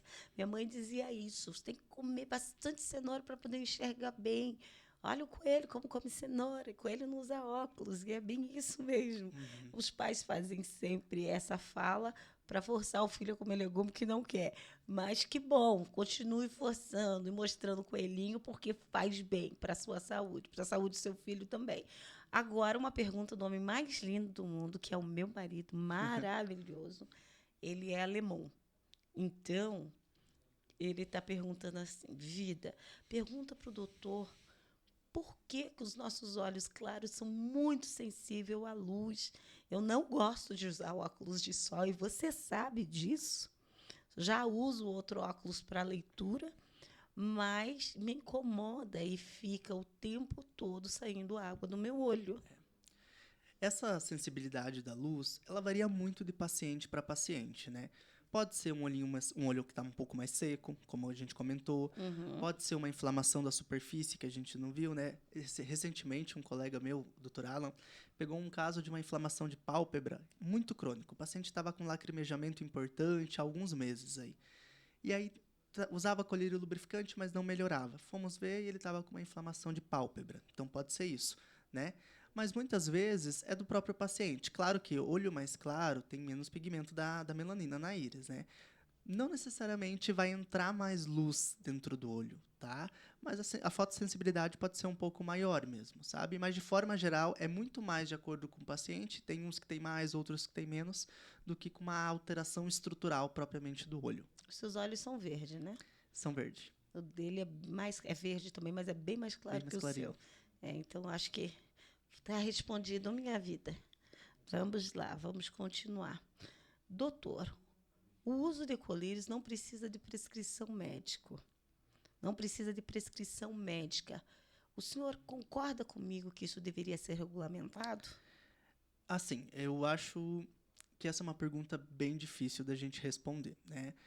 É, infelizmente, alguns colírios são de fácil acesso e são colírios que podem fazer muito mal para o olho. A gente já comentou isso antes, né? Uhum. Não acho que todos os colírios necessitariam de prescrição, principalmente os lubrificantes. Mas eu acho que alguns colírios, sim, principalmente aqueles que eu comentei, que têm a função de deixar o olho branco o quanto antes. Tá com um olho vermelho, já pinga ele.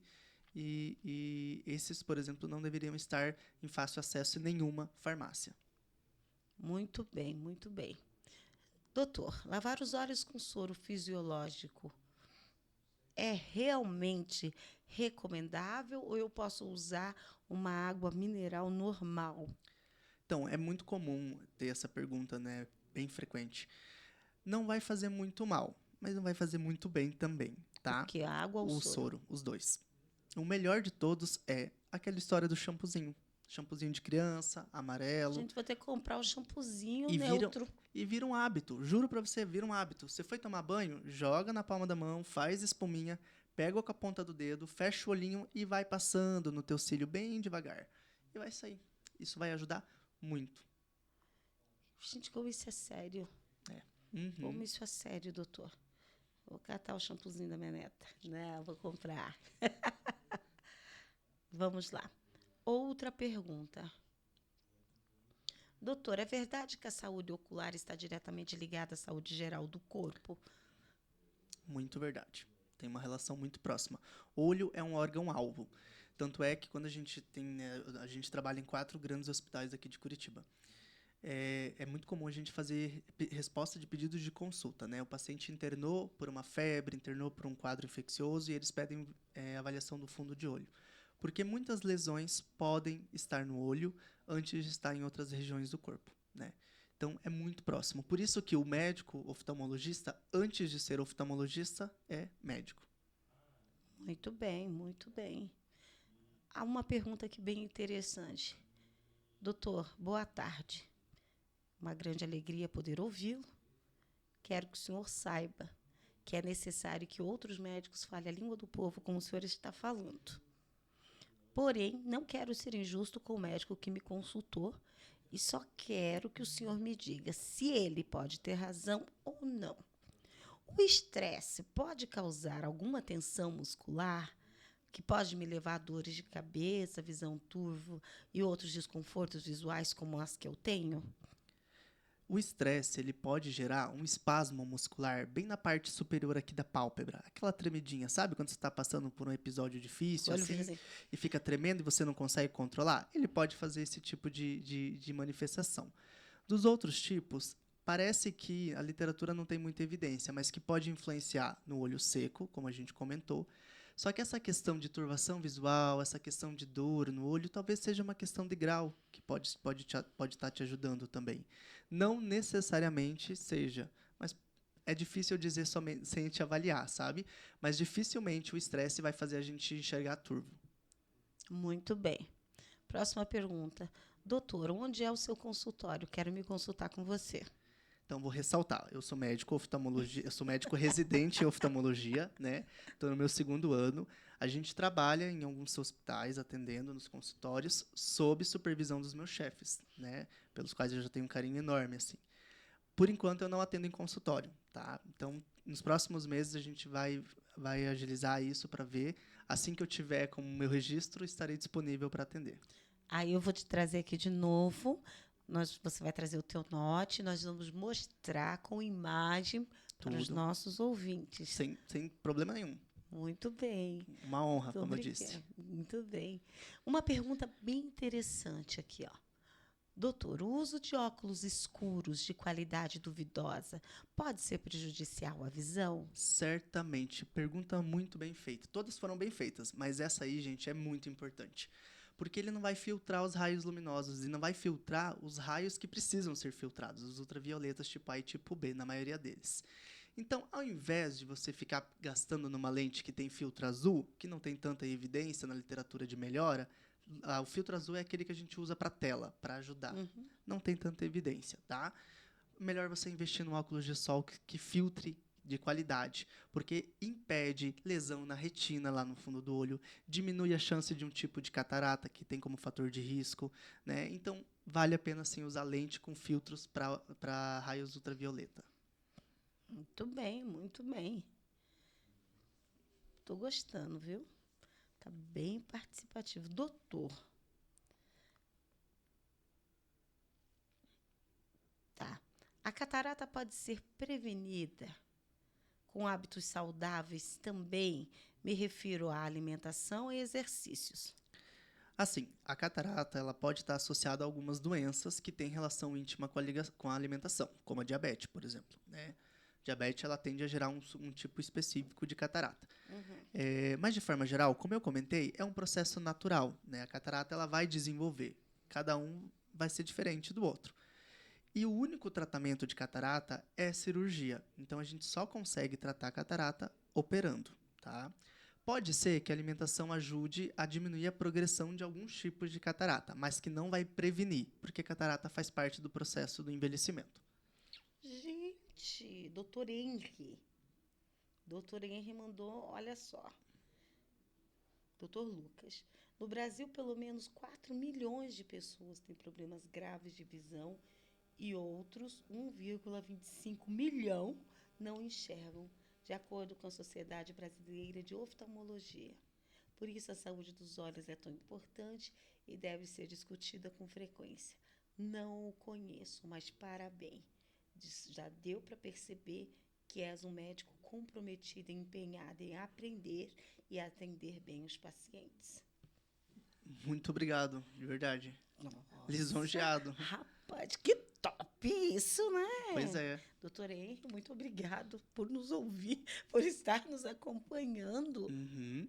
Todos, né? Muito obrigado. Assim é. Já nos diga de onde é que é o senhor, como que o senhor soube do nosso programa, já estou bem curiosa. Mas muito obrigado por sua participação e a de todos. É. Gente, vocês estão fazendo esse programa ser mais especial do que ele já é. Por quê? Porque nós conseguimos tirar dúvidas de pessoas reais, sabe? Do dia a dia da população. E é esse o objetivo desse programa. É levar informações de qualidade para pessoas leigas assim como eu. Porque eu aprendo nesse programa tanto que vocês nem sequer imaginam. Ok? Vamos continuar aqui? E é muito importante essa colocação do doutor. Tem uma outra doença que a gente não comentou, é bem rapidinho essa, Fique Adri, à vontade. que chama-se DMRI, Degeneração Macular Relacionada à Idade. Então, se é relacionada à idade, à medida em que a gente envelhece, a gente pode ter. A fisiopatologia, ou seja, a causa dela, ela é muito ampla. Basicamente, vai envolver mecanismos inflamatórios que vão gerando lesões lá atrás do olho, tá? É uma perda de visão irreversível também e progressiva, tá? Tá muito comum. A prevalência, mais ou menos, nos últimos estudos, chegam a quase 200 milhões de pessoas no mundo com esse tipo de doença. E no Brasil é muito comum em pacientes acima dos 45 anos, tá? Então, realmente, a DMRI ela é muito comum. O que ela vai ter de sintoma? Na maioria das vezes, se o paciente estiver em estágio avançado, ele não vai enxergar no meio, entendeu? Mas em volta, ele enxerga. Então, aqueles idosinhos que ficam virando a cabeça, sabe? Eles viram a cabeça para tentar ver um pouquinho mais o raio luminoso entrar. É porque provavelmente tem alguma coisa que está prejudicando o campo de visão. E a DMRI, que é essa doença, é uma delas. Muito bem, doutor. Obrigado por explicar. Olha, nós já são 15 horas e 35 minutos, pelo menos aqui no meu note. É verdade. E o povo já está quase acabando o programa e o povo não para de perguntar. Que maravilha. Coisa boa, né? Aham. Mas tem pergunta, tem pergunta. Doutor, olhar diretamente para o sol realmente faz mal? Eu penso que sim. Bom, fala você, doutor. Assim, dá fotossensibilidade, né? As pessoas costumam falar do flash também, né? Do laser também. Esses raios luminosos numa frequência um pouco mais, um pouco diferente da usual, eles podem gerar lesão retiniana, lá no fundo do olho mesmo, né? Entendi. E de forma geral, olhar intensamente para o sol não necessariamente vai gerar isso. Mas se for sem óculos solar, você concorda comigo que você não vai estar filtrando os raios ultravioletas? Sim. Que podem estar gerando essas lesões, entendeu? Muito bem, doutor. Obrigado por responder. Eu estou achando muito bacana as perguntas. Olha só essa aqui, que interessante. Doutor, amo ler. Não uso óculos. É verdade que ler no escuro faz mal? Muito boa essa pergunta. Ano passado, em novembro, eu participei do Congresso Brasileiro de Oftalmopediatria. A gente teve uma sessão falando sobre isso, né? De forma geral, não. Tá? Até é bem comum. Se você for num consultório de oftalmologia, você vai perceber que a gente gosta de ficar no escuro. E os pacientes perguntam, não vai fazer mal para a visão? Vocês no escuro? Não necessariamente, tá? É difícil que, à medida em que a gente vai envelhecendo, a gente vai tendo a dificuldade para conseguir enxergar em ambientes mais escuros. Mas não vai progredir 1 grau, entendeu? Antes a gente achava que poderia progredir, hoje não tem uma evidência muito clara se progride ou não, né? Ambientes com baixa luminosidade. E, de forma geral, não vai gerar dano, não. Que maravilha, doutor. Vamos lá, vamos lá. Doutor Lucas, além de ser um gato, a senhora é muito inteligente. Não, obrigado. A Lúcia está perguntando isso. É uma voluntária lá da nossa instituição, viu? Esse gato, de vez em quando, vai estar lá na instituição. Vai lá dar um abraço nele, Lúcia. Mas ela fez uma pergunta também para você, tá? Doutor, é verdade que os óculos de grau precisam ser trocados todos os anos? Não necessariamente. Eu costumo falar bastante isso para os meus pacientes. Como eu falei, óculos de grau não vence, tá? Mas se ele não está trazendo a qualidade de visão que você merece, que todo mundo merece, vale a pena uma reavaliação, né? Tá muito riscado, porque a gente tem vários tipos de lente, de materiais de lente, né? E a gente trabalha junto com os optometristas para definir o melhor tipo de tratamento, né? Mas não necessariamente precisa trocar todo ano, tá? Agora, se você tem alguma doença de base, diabetes, hipertensão ou qualquer outra doença sistêmica, ou tem fator de risco na família, glaucoma, cegueira, né, ceratocone, doença de retina, precisa ir todo ano, né? Vale a pena. E crianças precisam ir mais frequentemente, principalmente no primeiro ano de vida, tá? Por quê? Porque as crianças, a gente precisa... A criança, ela nasce e a gente faz o quê? O teste do olhinho, né? Sim. O teste do olhinho é basicamente para definir algumas opacidades que a gente tem nesse exame, né? O que ficou muito comum recentemente foi com a filha do Thiago Leifert, lembra? Sim, Do sim. retinoblastoma, que é um tumor. Graças a Deus, a prevalência de tumores na oftalmo é menos de 1%, né? Mas sempre tem que ser diagnosticado o quanto antes. Então, o bebê, ele passa lá na maternidade, no teste do olhinho, tem que ser feito até o primeiro mês de vida, né? Isso é importante. E ele tem que ser reavaliado até os 6 meses, pelo menos a cada 3 meses. A Sociedade Brasileira de Pediatria, ela recomenda que a avaliação seja, então, em torno de 2 meses, 3 meses. A partir dos 6 meses, a gente já vai ter aqueles desvios oculares que a gente comentou, que podem ser predominantes, né? Que podem repercutir na visão, mas a gente também pode ter outras doenças da retina, catarata congênita, por exemplo. Catarata congênita impede o paciente de ver, né? Então a gente precisa avaliar para tentar operar ou tentar definir a conduta o quanto antes, para que não tenha prejuízo visual, entendeu? Entendi. Então as doenças congênitas, elas têm que ser diagnosticadas o quanto antes.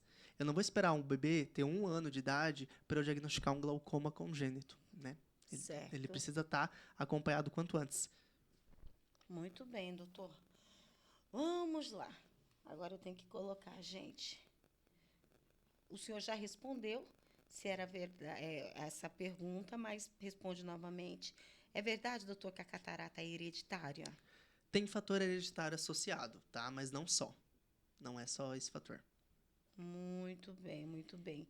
Outra pergunta que eu achei bem interessante aqui. Doutor, eu tive miopia, fiz uma cirurgia laser e estou sentindo algo estranho. Ela pode voltar a qualquer momento após a cirurgia laser? Adri, muito importante essa pergunta. A cirurgia refrativa, que é aquela em que a gente opera o paciente para ter uma redução do grau, ela não isenta, não vai deixar o paciente sem óculos necessariamente. Ah, mas por que eu vou fazer? Para diminuir o grau, né? E ela não garante, de forma geral, que não possa voltar a algum grau ou alguma outra coisa. É uma cirurgia que está cada vez mais avançada, mais tecnológica. Os recursos estão muito bons. A gente tem uma esfera dentro da oftalmo que se dedica bastante para trazer a melhor tecnologia para isso. Mas é importante que o paciente saiba isso. Expectativa do paciente na indicação da cirurgia refrativa. O paciente nem sempre vai ficar sem óculos. Talvez ele vai precisar do óculos, tá? Gente, vocês estão me surpreendendo, como vocês são inteligentes. Cada pergunta, cada coisa, uma mais linda que a outra. Essa aqui, então, até fiquei emocionada aqui. Quase chorei. É sobre a lágrima, doutor. A lágrima, doutor, ela é formada apenas por água? Pergunta bem legal. A gente Pois faz eu essa achei. pergunta para os acadêmicos de medicina. A lágrima ela é composta por 3 camadas. A gente tem uma camada aquosa, né? Tem a camada de mucina, que é uma camada de muco, né? E a camada lipídica, que é a camada gordurosa. Então, a gente tem essas 3 camadas que fazem parte do filme lacrimal. Muito bem. Olha outra bem interessante. É verdade, doutor, que a pupila dilata quando estamos apaixonados? Boa essa pergunta, hein? Quando a gente fala da pupila, ela funciona através de uma inervação autônoma, não depende da gente. Aparentemente, qualquer coisa que dispara o sistema nervoso autônomo pode repercutir nos músculos da pupila, né? Medo, né? A raiva, até o uso de algumas substâncias, né? Isso pode repercutir, tá bom? Olha, gente, vocês são muito inteligentes. Olha essa pergunta. Conte. Que top! Doutor, é verdade que os olhos captam muitas imagens e que é de cabeça para baixo? Isso, exatamente. Exatamente. Caraca, então quer dizer que, na verdade, eu enxergo de cabeça para baixo e... O que acontece? Lembra que eu te falei que o nosso olho, ele é uma câmera? Sim. Então, a imagem entra. Quando ela entra, a gente inverte ela para um princípio da física, que é uma forma como o nosso olho funciona. Ela acaba formando uma imagem menor e invertida, né? E essa imagem invertida, ela é projetada na retina e, consequentemente, quando ela é transmitida para o cérebro, ela volta a ser direta, entende? Então a gente desinverte, por isso que a gente enxerga tudo normal daqui. Muito bem, que maravilha. Agora essa é para mim. Essa é para mim. A pergunta, eu vou ler, eu vou ler aqui, tá bom, dona Maria? Ela pergunta, não, ela fez um comentário assim para mim. Adri, você fala a língua do povo. Gosto disso. Dona Maria, eu falo a língua do povo porque eu não sei nada. A senhora está entendendo? Tá sendo Porque modesta. porque eu sou curiosa. Porque essa É? mulher sabe, ela não tem noção. Não falam isso pra gente? Que a gente não tem noção do quanto que a gente sabe até ver alguém falar sobre a gente? É verdade. Ah, meu Deus, doutora, eu me sinto honrada com o seu comentário. Querida, eu realmente sou uma curiosa sobre o assunto, né? Na verdade, sobre todos. Então, cada pauta do programa que vem aqui é porque eu tenho curiosidade de saber mais, né? Semana passada foi a respeito das casas meu Deus, não é casas de recuperação, mas tem um outro nome. De apoio, Para usuários. É, tem um nome, de casa. reabilitação. Né? Não, não é de reabilitação. Agora tem um outro nome assim, bem. Mas, enfim, para casas de reabilitação para pessoas usuárias de drogas e tudo mais. Né? E é algo que me interessa bastante, porque agora já tem casas para pessoas viciadas em celular. Caramba, mesmo? Fiquei chocada.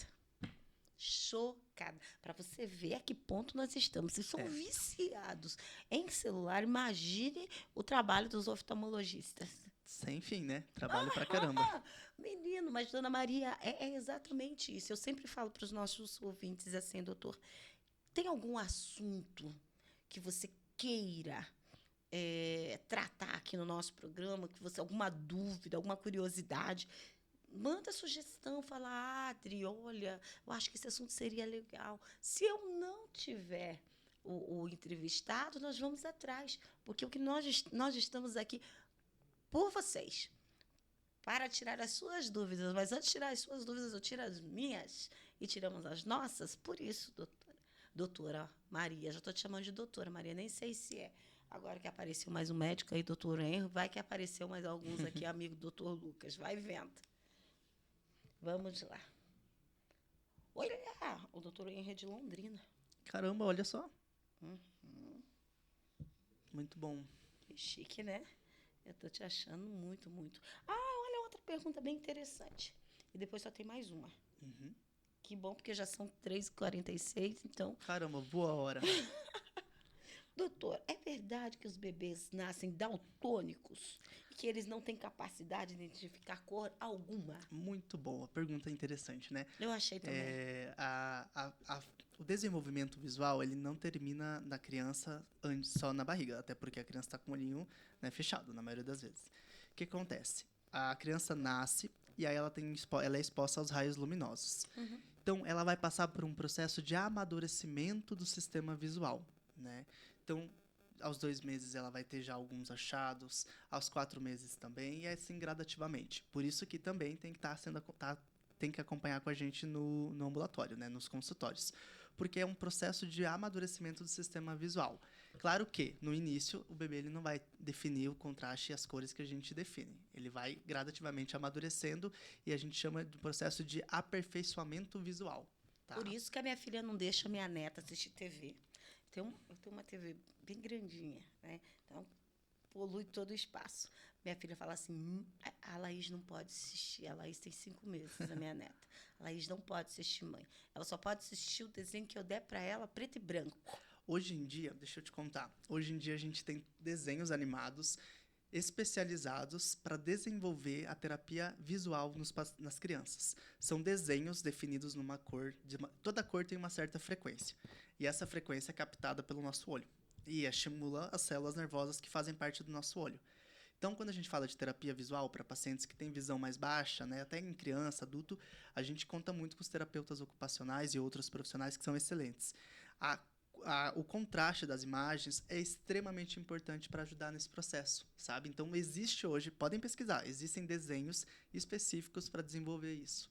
para ajudar no desenvolvimento visual. Ela tem uns desenhos lá que ela coloca, vai ver que é isso. E Vou não perguntar necessariamente pra é minha preto e filha. branco, tá? O preto e branco, ele tem tons de preto e branco, mas não é necessariamente. Ela disse que é preto e branco. Não. Tons É vermelhos, tons assim. azuis, tudo.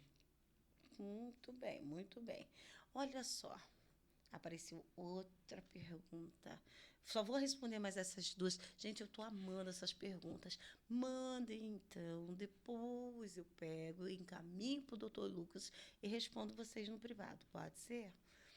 Ou no próximo programa, antes de iniciar com o nosso próximo convidado, nós vamos tirando essas dúvidas aí, respondendo as perguntas, tá? Doutor, é verdade que algumas pessoas cegas enxergam em seus sonhos? O senhor já ouviu falar sobre isso? Vou ser bem sincero, não tinha pensado sobre isso, né? Mas, quando a gente fala do paciente que ele não tem visão, né? O que é um paciente que não tem visão? É o paciente que ele não vai enxergar acima de 20/400, que é uma proporção que a gente usa para ver a acuidade visual, tá? Pode ser, quando a gente fala do sono, que a gente está falando mais de um processo da consciência, né? Das emoções, dos pensamentos do paciente. Então, não necessariamente estão associados, tá? Mas foi uma pergunta bem reflexiva. Achei interessante a sua pergunta. Eu também, eu nunca tinha ouvido isso. Nunca, nunca. Olha outra. Gente, desse jeito eu não vou terminar o programa. E às 5 horas já começa. Às 5 às 4 horas já começa o Afro Paraná aqui. Daqui a pouco o povo tá aí. Mas vamos lá, eu tô amando tudo isso, tá? Doutor, a íris é a parte colorida do nosso olho, Uhum. né? Então, eu já sei que ela pode ter uma impressão digital de até 40 caracteres. Né? Não, uma impressão digital tem 40 caracteres. E a íris, ela tem quantas?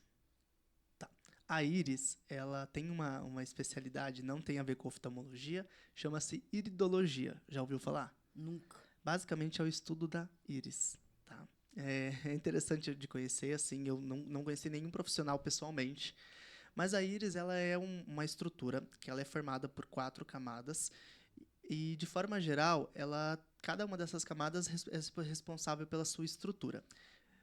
Não sei mencionar os caracteres, assim, na verdade, não lembro dessa informação em nenhum livro, mas vou dar uma pesquisada para eu ter certeza.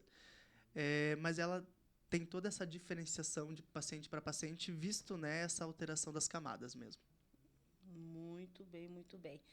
Doutor, aqui acabou as perguntas, né?